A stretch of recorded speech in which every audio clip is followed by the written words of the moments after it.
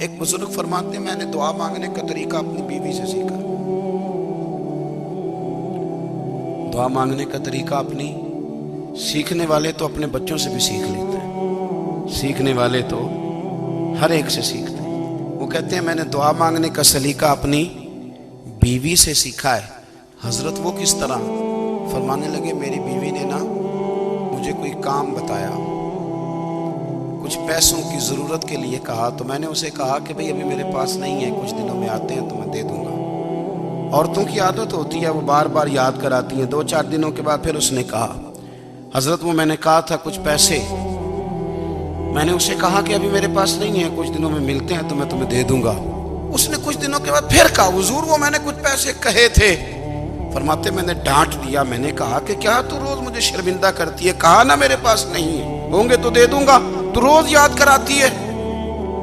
فرماتے اس نے پہلے تو میری ڈانٹ کو سہا، پھر میرے سخت جملوں نے اس کی آنکھوں میں آنسو پیدا کر دیے، پھر اس نے اپنے آنچل میں اپنے اس دکھ کو سمیٹا، اور پھر اس نے ایک جملہ کہا تو میں رو پڑا، اور مجھے اپنے رب سے مانگنے کا طریقہ آ گیا۔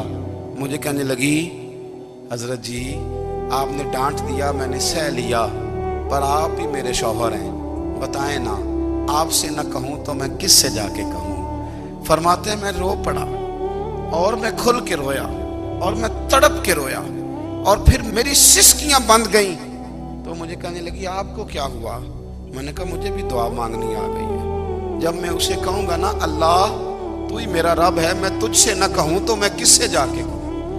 میں کیوں کسی بندے سے سوال کروں؟ میں کیوں کسی دنیا دار سے کہوں؟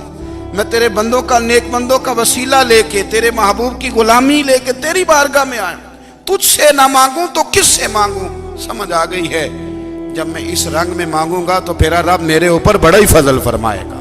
جب انسان کا رشتہ اپنے مالک کے ساتھ ہوتا ہے پھر تو غم بھی کچھ نہیں کہتے، پریشانیاں بھی کچھ نہیں کہتی، پھر تو زندگی صبر والی، پھر تو زندگی توکل والی، پھر تو زندگی بھروسے والی، پھر انسان اپنے آپ کو رسوا نہیں کرتا۔